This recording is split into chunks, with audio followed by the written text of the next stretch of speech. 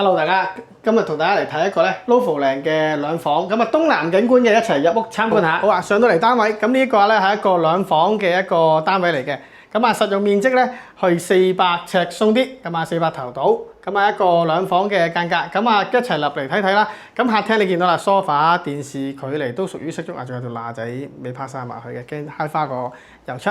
咁呢一個單位咧係我哋屋苑入邊咧少有一個東南兩房，多數啲兩房都想靚景咧就都係內園啦、泳池啦。咁我哋而家呢個單位身後咧就係我哋東南嘅景嘅。其實前面呢度咧就係卓爾居啦、澤豐花園啦，呢邊就向東南嘅。咁下面就係一個政府嘅一個生態農莊景觀。咁其實景觀上咧就應該唔會再有變動。東南嘅兩房係為之係少有啲嘅。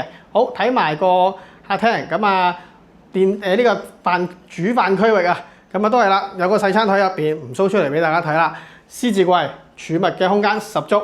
咁呢一隻咧就會好啲，呢個單位咧就少咗個門口嘅走廊位置，咁啊慳翻啲空間嘅，咁啊實用面積就相對上會高少少嘅。好，嚟到呢個細房啦，而家大家見到啦，呢張細房咧單人床。咁呢張應該大概，如果我目測就應該有大概3尺到，咁啊6尺零乘3尺嘅。OK， 咁啊擺得到有餘，仲可以放到張書台或者衣櫃都可以嘅。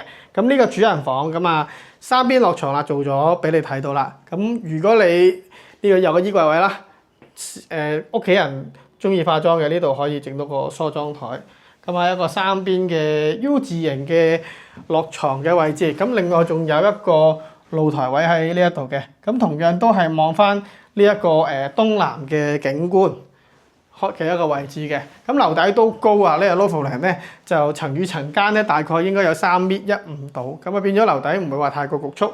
咁啊嚟到洗手間嘅一個位置啦，咁啊潔具企理啦 ，Loft 靚嘅一個好大賣點。上面就有個抽風嘅設施，咁啊企缸嘅。